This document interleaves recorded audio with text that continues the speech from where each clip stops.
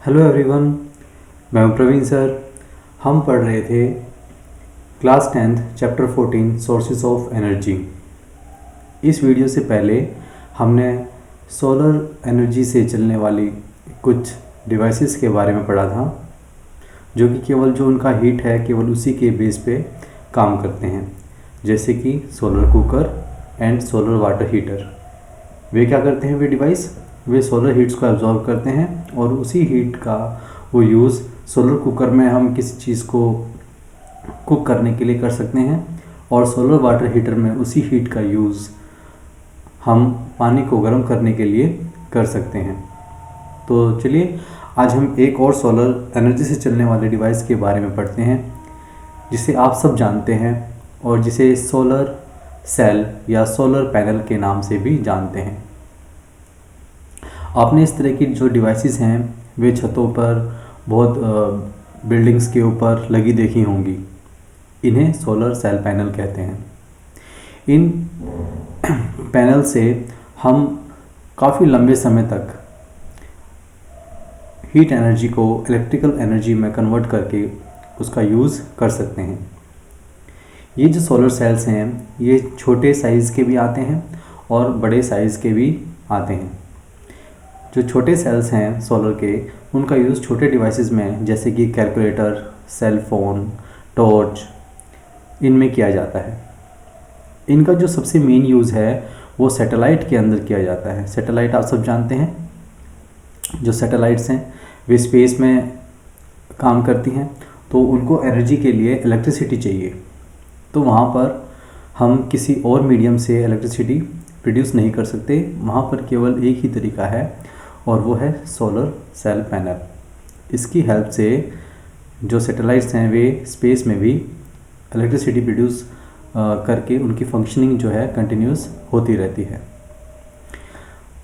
तो चलिए जानते हैं सोलर सेल के बारे में, वो कितनी इलेक्ट्रिसिटी प्रोड्यूस कर सकता है और वो कैसे बनता है।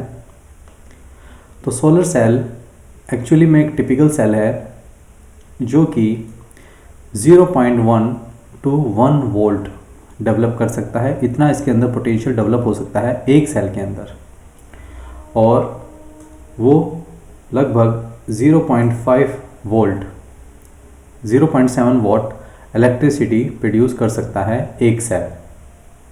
जब हम उसको सन रेज के सामने उसको रखते हैं सेल को, तो वो इतना आउटपुट हमें देता है।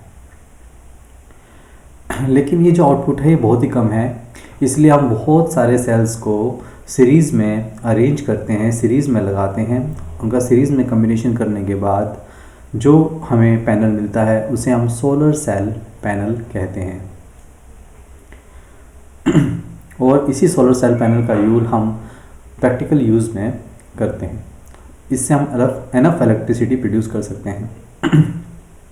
इसके अंदर जो सबसे मेन एलिमेंट है जो यूज़ होता है वो है सिलिकॉन।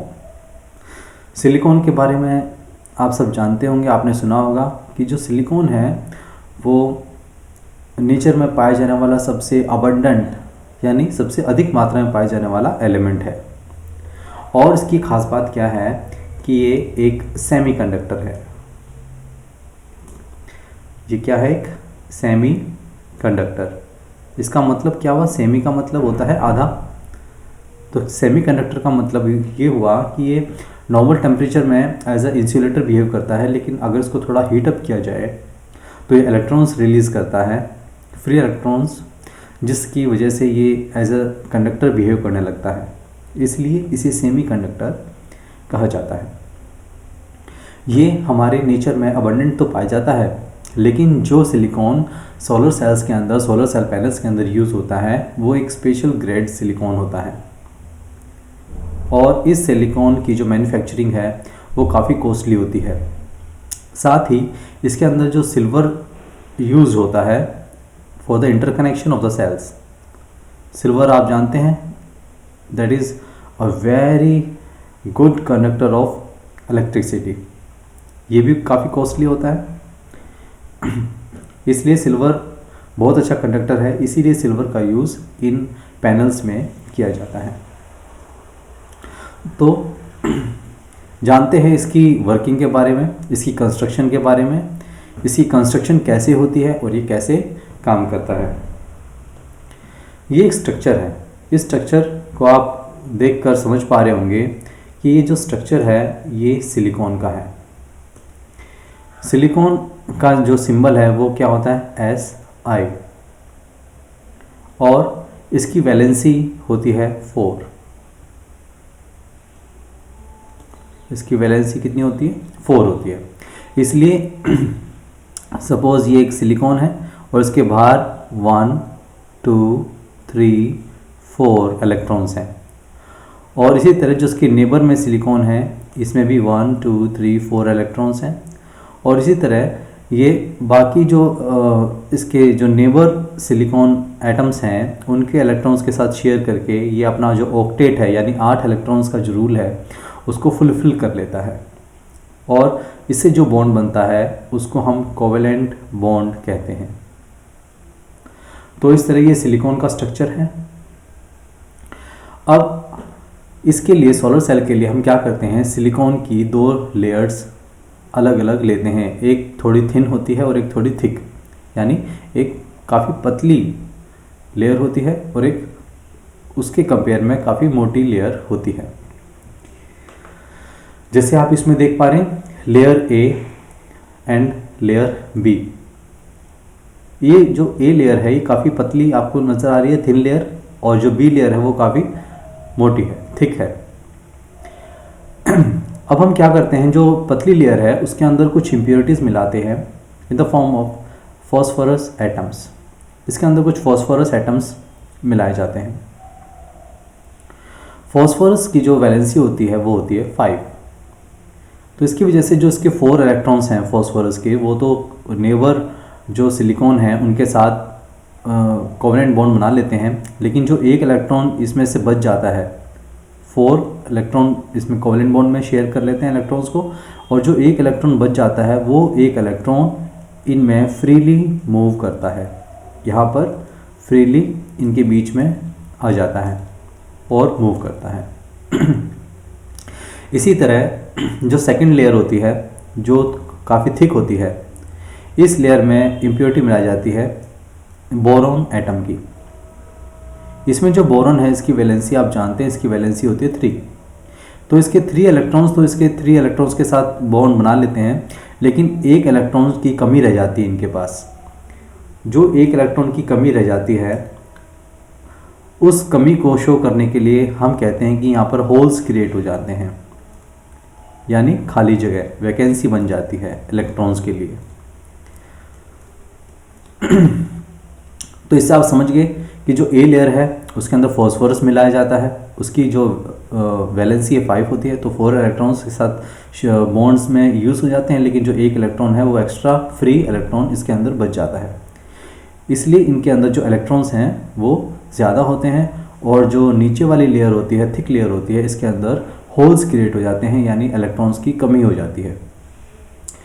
इसीलिए जो ऊपर वाली लेयर है हम उसको एन टाइप भी कहते हैं, एन टाइप, और जो नीचे वाली लेयर है, मोटी लेयर है, उसको हम कहते हैं पी टाइप। अब हम क्या करते हैं, इन दोनों लेयर्स को फ्यूज़ करते हैं, इनको मिलाते हैं। उसके लिए कई प्रोसेस होते हैं, जैसे कि आप हीटिंग के द्वारा भी आप इन दोनों लेयर्स को फ्यूज़ कर सकते हैं।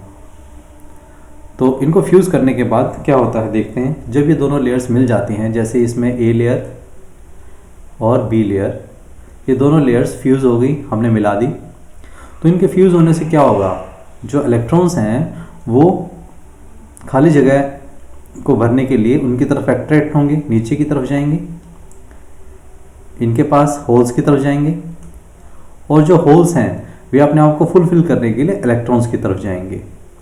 ऐसा होगा, और ऐसा होने से क्या होगा, ये बीच में दोनों स्टेबल हो जाएंगे। तो स्टेबल होने से इनके बीच में एक ऐसा जोन बन जाएगा जो कि स्टेबल जोन होगा। जैसे ये एक जोन बन गया, और ये जोन कैसा है, ये स्टेबल जोन है, यानी यहाँ पर जो ऊपर से इलेक्ट्रॉन नीचे आ गए और नीचे से होल्स ऊपर की तरफ चल पड़े, जिसकी वजह से यहाँ पर स्टेबिलिटी हो गई।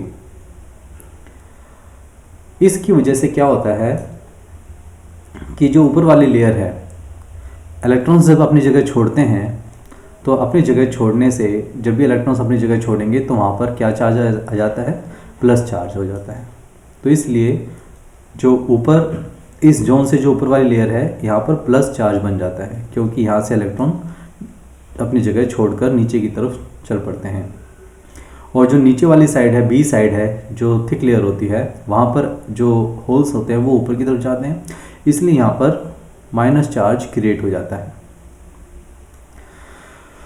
तो इतनी बात आपको समझ में आ गई होगी कि ऊपर इलेक्ट्रॉन्स ज़्यादा होते हैं, नीचे होल्स ज़्यादा होते हैं, तो इलेक्ट्रॉन्स होल्स की तरफ अट्रैक्ट होते हैं, और जब वो अपनी जगह छोड़ के होल्स की तरफ जाते हैं तो यहाँ पर प्लस चार्ज क्रिएट हो जाता है, और नीचे से होल्स जब इलेक्ट्रॉन्स की तरफ आते हैं वहाँ पर माइनस चार्ज क्रिएट हो जाता है, और बीच में एक जोन बन जाती है, और इस जोन को हम कहते हैं डिप्लीशन जोन।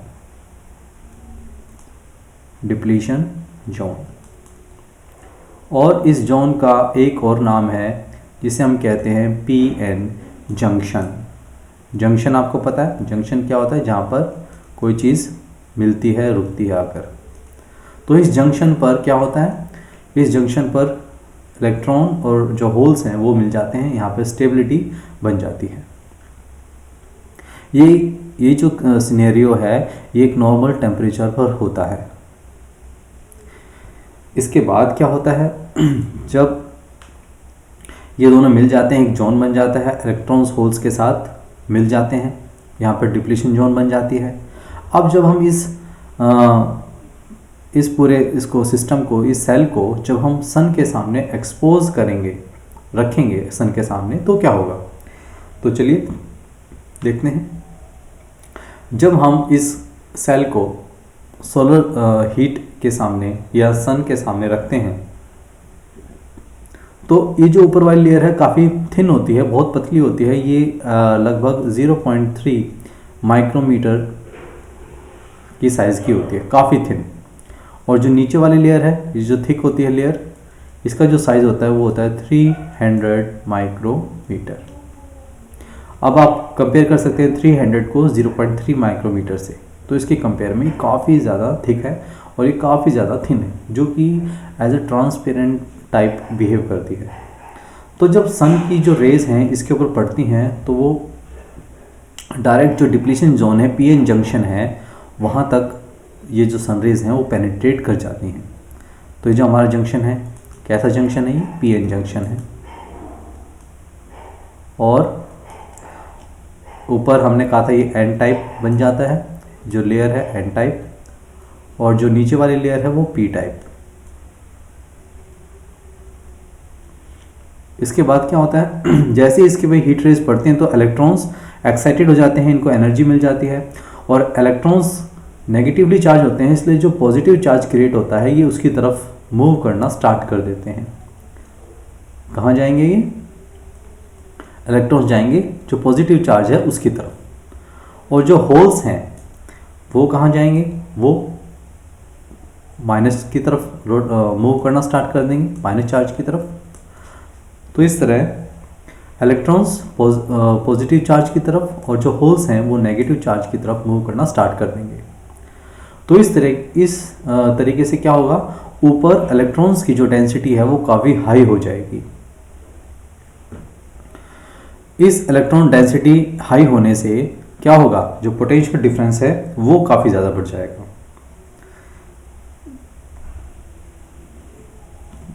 तो यहाँ पर जैसे आप देख पा रहे हैं कि इलेक्ट्रॉन्स ऊपर सारे मूव कर गए और जो होल्स हैं वो नीचे की साइड जो मूव कर गए। तो इसकी वजह से क्या हुआ, इलेक्ट्रॉन डेंसिटी जो है ऊपर काफ़ी ज़्यादा होगी और नीचे जो होल्स हैं वे काफ़ी ज़्यादा होगी। इसकी वजह से पोटेंशियल डिफरेंस क्रिएट हो जाता है। और आप जानते हैं कि इलेक्ट्रिसिटी फ्लो के लिए पोटेंशियल डिफरेंस ही होना चाहिए। जब तक पोटेंशियल डिफरेंस क्रिएट नहीं होगा तब तक इलेक्ट्रिसिटी जो है वो प्रोड्यूस नहीं हो सकती। अब क्या होता है कि जो प्लेट्स होती हैं, ये सोलर सेल होती हैं, इनके ऊपर फिंगर लाइक प्रोजेक्शंस होती हैं। वो किसकी होती हैं, सिल्वर मेटल की होती हैं। ऐसे फिंगर लाइक प्रोजेक्शन होती हैं, इनके बीच में स्पेस होता है और वे आपस में इंटरकनेक्टेड होती हैं। इसका क्या यूज़ है, ये एक बहुत ही बेस्ट कंडक्टर है, गुड कंडक्टर है। तो जैसे ही इलेक्ट्रॉन्स ऊपर आते हैं और इसको जब कोई कंडक्टर मिल जाता है फ्लो करने के लिए, तो इलेक्ट्रॉन्स तुरंत इस जो मेटल प्लेट है सिल्वर की, इसके थ्रू फ्लो करना स्टार्ट कर देंगे और फ्लो करके एक नीचे, इसके नीचे भी एक प्लेट होती है, मेटल प्लेट, जिसको हम बैक साइड भी कहते हैं इसकी, वहाँ से इसको कनेक्ट अगर हम करेंगे तो इलेक्ट्रॉन्स बड़ी तेज़ी से नीचे की तरफ मूव करना स्टार्ट कर देंगे, ऐसे नीचे की तरफ फ्लो करना स्टार्ट कर देंगे। और आप जानते हैं flow of electrons is called electric current. तो इसमें जो ये इलेक्ट्रॉन्स हैं ये फ्लो करना स्टार्ट कर देते हैं। अब इस जो फ्लो ऑफ इलेक्ट्रॉन्स है, अगर हम इसके बीच में कोई लोड लगाएंगे, कोई भी डिवाइस लगाएंगे, इलेक्ट्रिक डिवाइस लगाएंगे, तो क्या होगा, जैसे इलेक्ट्रॉन्स फ्लो करना स्टार्ट कर दिया इलेक्ट्रॉन्स ने नीचे की साइड, और इसके बीच में हमने एक बल्ब लगा दिया। अब क्या होगा, इस बल्ब के थ्रू इलेक्ट्रॉन्स जाएंगे, ट्रांसफ़र होंगे और नीचे जाएंगे, तो ये बल्ब ग्लो करना स्टार्ट कर देगा, तो बल्ब स्टार्ट्स ग्लोइंग। तो इस तरीके से हम सोलर सेल से इलेक्ट्रिसिटी प्रोड्यूस करते हैं। तो इसके बारे में आपने जाना कि जो ऊपर वाली लेयर है उसे हम एन टाइप कहते हैं, नीचे वाली लेयर को हम पी टाइप लेयर कहते हैं, और बीच में डिप्लीशन जोन बनती है जिसको हम पी एन जंक्शन के नाम से भी जानते हैं। अब जो इसका ओवरऑल स्ट्रक्चर है, जो ये पूरा बन के तैयार हो जाता है सोलर सेल, वो कैसे दिखता है, चलो उसके बारे में देखते हैं। ये देखिए, ये एक सोलर पैनल है, इसमें आपको लाइनिंग्स दिखाई दे रही होंगी, ये लाइनिंग्स, ये जो लाइनिंग है ये किसकी हैं आप समझ गए होंगे, ये सिल्वर जो मेटल है उसकी लाइनिंग्स हैं, ताकि इलेक्ट्रॉन्स इनमें आसानी से कंडक्ट हो सकें, एक जगह से दूसरी जगह फ्लो आसानी से फ्लो कर सकें। ये आप इसमें देख पा रहे होंगे इमेज में, जो इलेक्ट्रॉन्स हैं वो ऊपर की तरफ फ्लो कर रहे हैं और जो होल्स हैं वो नीचे की तरफ फ्लो कर रहे हैं। इसकी वजह से एक पोटेंशियल डिफरेंस क्रिएट हो जाता है और कोई भी इलेक्ट्रॉनिक डिवाइस काम करना स्टार्ट करता है। तो उम्मीद करते हैं आपको आज की ये वीडियो समझ में आई होगी कि जो सोलर सेल्स हैं वे क्या है, वे कैसे काम करते हैं, और सोलर सेल की हेल्प से हम इलेक्ट्रिसिटी कैसे प्रोड्यूस कर सकते हैं। अगर आपने इसका जो फर्स्ट पार्ट, सेकंड और थर्ड पार्ट नहीं देखा है तो आप प्लेलिस्ट में जाकर उन पार्ट्स को भी देख सकते हैं। नेक्स्ट वीडियो में हम देखेंगे कि जो एनर्जी है हम सी से, यानी जो समुद्र है, पानी है, उससे हम एनर्जी कैसे ले सकते हैं। Thank you very much.